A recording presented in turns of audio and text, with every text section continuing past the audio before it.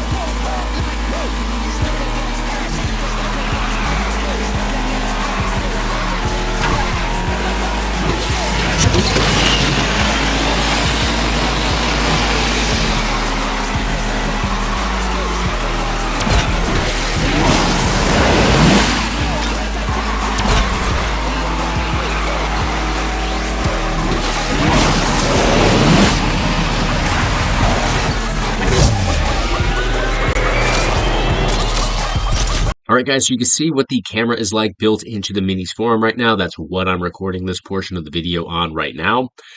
So I have no camera lighting in here. In fact, you're actually getting some glare from the overhead lights as well as the camera light that is right behind me in the background. So this is the default setting right here. And it's actually pretty good considering it's, just a, built-in camera right into the PC. So definitely seems to do its job. It would be great for like online meetings, Zoom calls, stuff like that.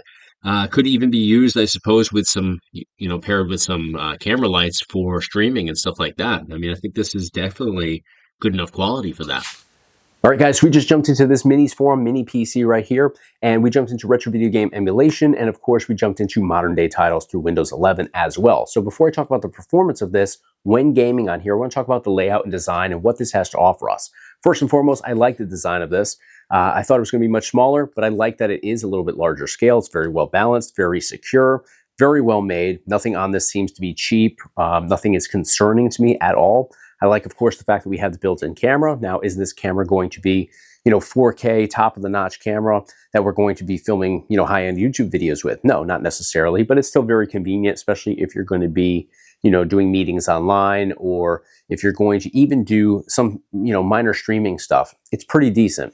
And we saw what the capabilities are there. I like the fact that we have the built-in speaker, built right into the front of this. And again, everything's put together in a very nice way. I like the size of this, and I like the fact that we have the little adjustment on the bottom with the kickstand so we can actually adjust the pitch ever so slightly. I did mention before, I'll mention it again, I would love to see a little thread at the bottom, because then we could actually turn the entire PC onto, a little mini kickstand, and we'd be able to elevate it a little bit more. We'd be able to customize height and stuff like that, more so than we can with just that little kickstand at the bottom, but it is still nice to have. Now, great airflow on here. This doesn't get very warm, so it does cool very effectively. We saw what the specs are like before. Specs are pretty impressive here. Are they top of the line for mini PCs? Not necessarily. They're about a tier or two below, the top of the line. But still, we got great performance out of this when gaming on here. Now, one thing that I do want to mention about this is the ports. We do have great options here. Unfortunately, in my opinion, I just don't think we have enough of them. We only have 2 USB-A ports on here. They're USB 3s, which is great. But unfortunately, when I was plugging in controllers, I was plugging in my capture card, which is a pass-through capture card. It does run on USB-A. That's how it actually gets its power.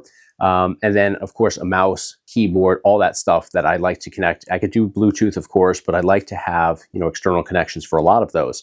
2 just isn't enough, in my opinion. So what I ended up having to do was I have a splitter that connects via USB-C connection, which we do have that right here. So I had to use that to get myself about 2 or 3 more USB-A ports on here.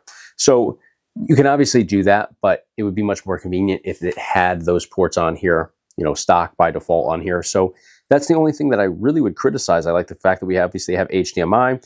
Could we have multiple HDMI ports? Sure, but I'm not really bent out of shape about that.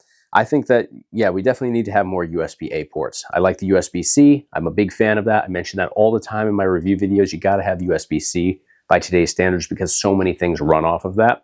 But we still have to have USB-A. And USB 3 specifically, we just need more than 2, in my opinion. So I'd love to see, an additional at least 3 total on here. 4 would be even better.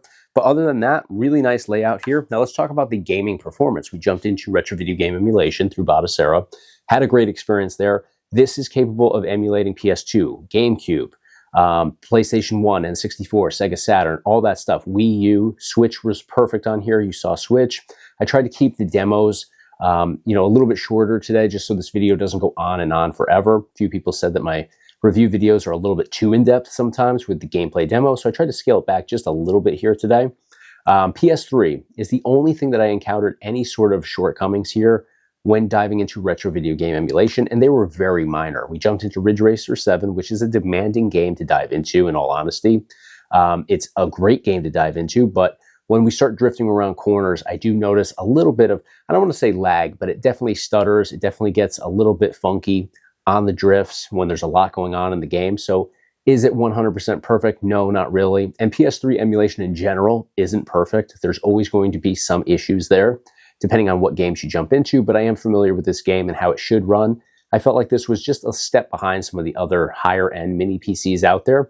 Certainly nothing to, be totally bent out of shape about. It's still a playable experience, but is it perfect or as perfect as it should be? No, not quite. Now we of course also jumped into Windows 11 and we jumped into the latest Halo title, jumped into multiplayer. Now this is not just a modern day game. This is also a live game. So definitely requires a lot. And I've tried this out on many mini PCs. A lot of them do actually have some issues with this. Minor screen tearing, lags, delays, audio issues. This had none of that. So this was a great experience over here. And again, not a super easy title to actually play, especially on a mini PC. We also jumped into Asphalt 9 Legends, which is a great racing game, very familiar with this. So anytime there's any sort of hiccups in the gameplay experience, I notice them right away. And we had a very smooth experience over here with that as well. It's a fast-paced game. It's a lot going on in that game. So it handled that like a dream. So really in the end, this is an excellent mini PC. Now, I wouldn't necessarily get this if you were looking specifically for PS3 emulation to be perfect on here, just because it's not going to be. But everything else was a great experience. So if you get this at an affordable price point, and I think it is at a fair price point, I'm not going to mention exactly what the price is because I have seen this one fluctuate quite a bit lately. Just so I don't date the video by saying it's this price and then it completely changes the next day. I've learned from my past mistakes and I've run into that quite a bit lately. The last 6 months or so, we've seen just a wide range of price points on mini PCs. So I'm not going to quote the price just for that reason, but it definitely has been very affordable, especially when considering what the capabilities are here and the unique design on this. So definitely check it out. I'm going to put a link up here at the top of your screen. Click that link, see what it's currently going for, weigh out the pros and cons, see if it lines up with what you're looking for. But I think it's a viable option for mini PC gaming, but PC usage in general. It's definitely going to have your back. You're definitely going to be able to get into a wide range of things with this. And I even edited actually a portion of the video that you're watching right now with this because I edited the first part of this before filming the end, just because I want to, play around with this a little bit before I actually give my final thoughts on it. You can see I'm wearing a different shirt, different hat today than how I started this video out. It's because I've been using this now for about 3 days. I like to go in depth with these mini PCs. I don't want to just do, 20 minutes with them and tell you how, that 20 minutes went. I like to really spend some time with these, and I did here. So let me know what you guys think in the comments below. You guys know the deal though. Give me a thumbs up on the video if you enjoyed the content today, and of course hit subscribe to stay in the loop for all future videos right here on the Retro Gaming Guy YouTube channel. Thank you guys so much for watching. I'll see you in the next one.